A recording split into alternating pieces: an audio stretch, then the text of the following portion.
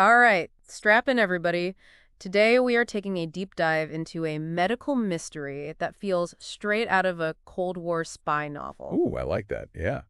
We're talking about Havana Syndrome. Remember, it was all over the news a few years ago. Hmm. These mysterious illnesses were hitting American diplomats, mostly in Cuba, started around 2016, I think. Yeah.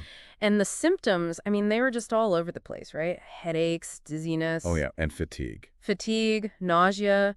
Some even had like cognitive issues. Yeah, almost like concussion symptoms. It was really strange. Yeah, really free. And of course, everyone jumped to the conclusion that it was like some kind of sonic weapon attack. Right, right, because it just seems so bizarre. But the thing is, even though the symptoms were very real and Yeah, debilitating, right. no one ever actually confirmed a physical weapon or an attack. Yeah. So that leads us to this other theory, which is mass psychogenic illness. And that is even more intriguing, I think. Yeah, yeah, it is. It is. Because, okay, when I first heard about this whole Havana Syndrome thing, I was like, wait, hold on. Yeah. If it wasn't like a physical attack, then how are all these people having these really scary, like very real symptoms? Oh, yeah. Right. And doesn't mass psychogenic illness kind of sound like it's all in their heads? Right. I understand why you would say that, and I think that's a common misconception about this. It's not about people, like, faking it or imagining things. Okay. It's about the power of our minds, especially under stress, to actually create those physical symptoms. Oh, okay. So think about it. You're a diplomat in a foreign country. You're probably under a lot of stress, right? Right. Constantly worried about your safety. Your cortisol levels are probably through the roof. You're not sleeping well, and your body is in a constant state of, like, fight or flight. Yeah, for sure. That chronic stress, it can really do a number on you. Yeah. It can manifest in all sorts of physical symptoms, from headaches, dizziness, to even brain fog and fatigue. Okay, yeah, that makes sense. But how does the mass part of this come in? Ah, good question. So how does one person's stress, trigger the same thing in others? Right. Well, that's where suggestion comes into play. So if you have a group of people, let's say in this case the diplomats, right? Yeah. And they're exposed to a perceived threat, maybe they hear rumors of an attack, and they see others around them experiencing those strange symptoms. Oh, I see. Their anxiety can actually trigger similar symptoms in them. Wow. It's almost like a social contagion, but amplified by, like, fear and uncertainty. That's really interesting. So basically you're in this high stress environment. Right. You hear about these weird unexplained attacks and your brain starts like connecting the dots. Yeah, it's looking for patterns. Right, even if they're not really there. Yeah. And before you know it, you're experiencing the same symptoms, even though there may not be a physical cause. Wow. To really get into how this works, let's look at a specific case that actually happened before the diplomat incidents. The story of Chris Allen. Oh, okay, Chris Allen. Now, was he a diplomat too? No, not at all. He was, I believe, an American businessman just visiting Havana back in 2014. Oh, wow, so this is well before. Yeah, well before the diplomats we know about. He was staying at the Hotel Capri, I think, Okay. and started experiencing these really strange neurological symptoms. Like what? Numbness, tingling, that pins and needles feeling, but all over his body, not just in one spot. Oh, man, I hate that feeling. So did they ever figure out what caused his symptoms? They did tons of testing. They ruled out infections, toxins, everything they could think of. Huh. No clear physical cause was ever found. So his case, just a total mystery. Yeah, pretty much. It remained a mystery until 2017 when the news broke about those sonic attacks on diplomats. Oh, right, And right. guess what? Some of those incidents happened at the same hotel. No way, the Hotel Capri. Yeah, imagine seeing those headlines. Wow, he must have felt so, I mean, on the one hand, validated? Yeah, like I wasn't crazy. Right, exactly. But also like a little freaked out. Oh, absolutely. Like, oh, wow, this really was something and it happened to me first. Yeah, and it turns out he wasn't the only one. The Associated Press actually started getting reports from other American tourists who had been to Cuba. Really? Yeah, they had experienced similar neurological symptoms. So this is kind of where the whole Havana Syndrome thing really starts to blow up. I remember all those headlines. Everybody was talking about it all over the news. People were really scared. It's a big deal. Yeah, and I remember there was even a study published in JAMA, the medical journal, and it seemed to show brain abnormalities in some of the diplomats, so it was pretty convincing, right? Yeah, it was a consoling story. I mean, who doesn't love a good spy thriller, right? But even with that initial evidence, many scientists were starting to wonder. Yeah. Like, was it really an external cause, like a weapon, or was it something else, something like mass psychogenic illness? Interesting. Okay, so we've got this sonic weapon theory, but then evidence pointing towards mass psychogenic illness. But wouldn't some of those symptoms, like especially the brain abnormalities, would that require like a physical cause? Yeah, that's a really good point. And it's important to understand that even in mass psychogenic illness, the suffering is real. Right. These people are not making this up. The brain is incredibly complex. And the way we perceive threats and experience stress, it can actually have really measurable effects on our brain activity and our physical health. Okay, so these diplomats weren't imagining their symptoms. No, no, not at all. It was a real reaction. Okay. Their brains and bodies were reacting to a perceived threat, even if the threat itself wasn't a physical weapon. And actually, this isn't a brand new thing. Oh, really? Yeah, there are some fascinating parallels throughout history that might help us understand what was going on in Havana. Okay, like what? Well, think about like the early days of the telephone, way back when. There was this phenomenon, they call it acoustic shock, or sometimes telephone sickness. Telephone sickness, wow. Right. People back then actually believed that the sounds from the telephone were causing all sorts of health problems. Really? Headaches, dizziness, some even claimed to cause psychological issues. Wow, that's wild. So blaming sound for mysterious ailments, it's kind of a recurring theme throughout history. Yeah, you're right. It really is. And it goes beyond just telephones. We've seen cases throughout history of soldiers experiencing what seemed like concussion symptoms, but they were nowhere near combat. They hadn't suffered any physical trauma. So what was causing it? The common thread: extreme stress, psychological strain. Ah, okay. So the idea is that in really high-stress situations, our brains can actually misinterpret sensory information, like sound, Yeah, and create physical symptoms in response. exactly. And there's this other fascinating piece of the Havana Syndrome story that might seem a little strange, but I think it's worth considering. Okay, I'm intrigued.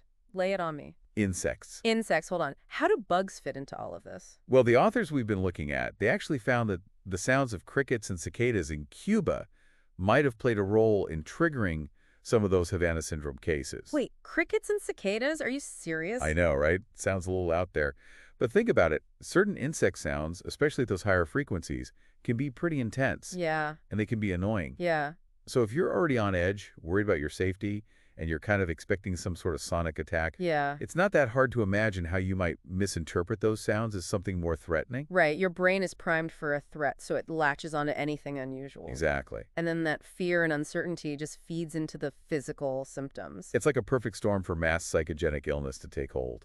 Yeah, and it became a huge political thing too, right? I mean, they even expelled Cuban diplomats. Yeah, absolutely. And once something gets, politicized like that, Yeah. it's not really about finding the truth anymore, is it? It's about, taking sides and maintaining a certain image. Right. And I think sometimes that can overshadow the real human suffering that's happening. Absolutely. Okay, so we've got this initial sonic weapon theory. Right. But then the evidence seems to point towards mass psychogenic illness. Mm-hmm. But how do you explain some of those symptoms, like those brain abnormalities they found? Yeah, Wouldn't you need like a physical cause for that?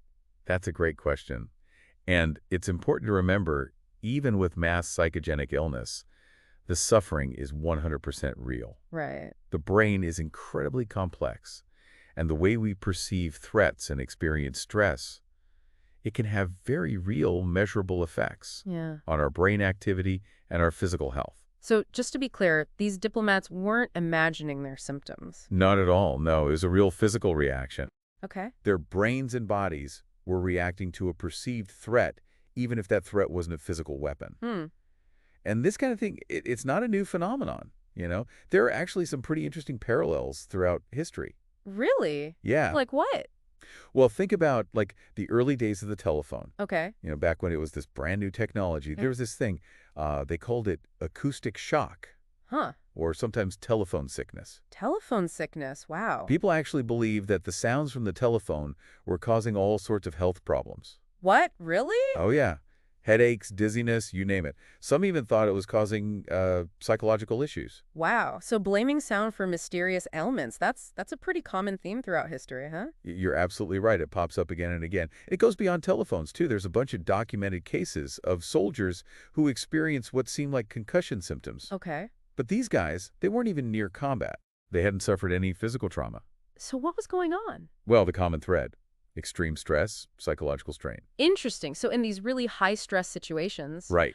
our brains can basically misinterpret sensory information, Yeah. like in this case, sounds, Mm-hmm. and then we create these physical symptoms in response. Exactly. And there's another really fascinating twist to this whole Havana Syndrome thing that might sound a little weird at first. Okay, I'm all ears. Insects. Insects. Oh, wait, hold on. How do bugs fit into all of this? So the authors of the research we've been looking at, Yeah. they found that the sounds of crickets and cicadas, specifically in Cuba, might have actually played a role in triggering some of the Havana Syndrome cases. Wait, crickets and cicadas? Really? I know it sounds a little crazy, right? Yeah, it does.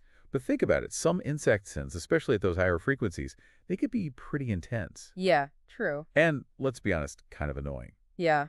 So imagine you're in that environment. You're already on edge, worried about your safety. Right. Maybe you're expecting some kind of sonic attack. Yeah.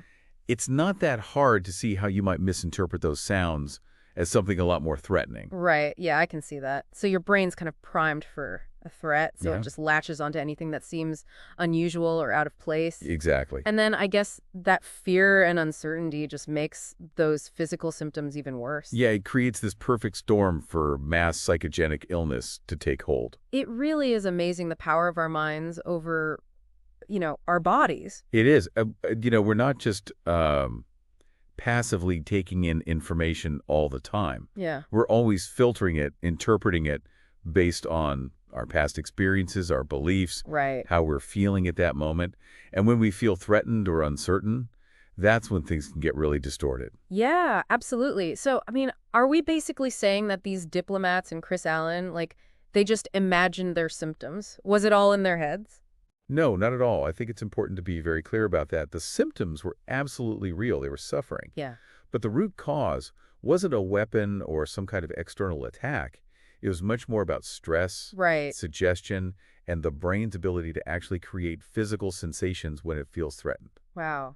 It really makes you think about the connection between our mental and physical health. It's fascinating, isn't it? And I think it shows just how much we still don't understand about it. Yeah, for sure. We tend to think of illness in these really simple terms, like it's either physical or it's psychological. Right. But it's usually a lot more complicated than that. Absolutely. It's not that black and white. So for our listeners today, I think the big takeaway is to be aware of how powerful suggestion can be Yeah. and how our brains can create physical symptoms in response to fear and stress, especially when, the media or other sources are amplifying those fears. That's a really good point. It's like a reminder to be critical of the information we're consuming and to maybe question what we hear. Yeah. And consider different explanations, even if they seem a little unusual at first. Right. What about for someone who's dealing with, unexplained symptoms? Well, for anyone out there in that situation, first of all, don't be afraid to ask for help and advocate for yourself. Don't be afraid to ask questions and explore all the possible causes, Yeah. whether it's physical or psychological. Sometimes the answers are more complex than we initially think. This has been a really eye-opening conversation. It really highlights how much fear and suggestion can impact not just how we see things, but also our physical health. Yeah, it's a really powerful connection. It definitely gives you a lot to think about. I'm glad. And for anyone who wants to learn more about this whole phenomenon of mass psychogenic illness, we'll include some links in the show notes. It's a fascinating area of research, and there's a lot more to discover. Awesome. Well, thanks for joining us for this deep dive into Havana Syndrome. Until next time.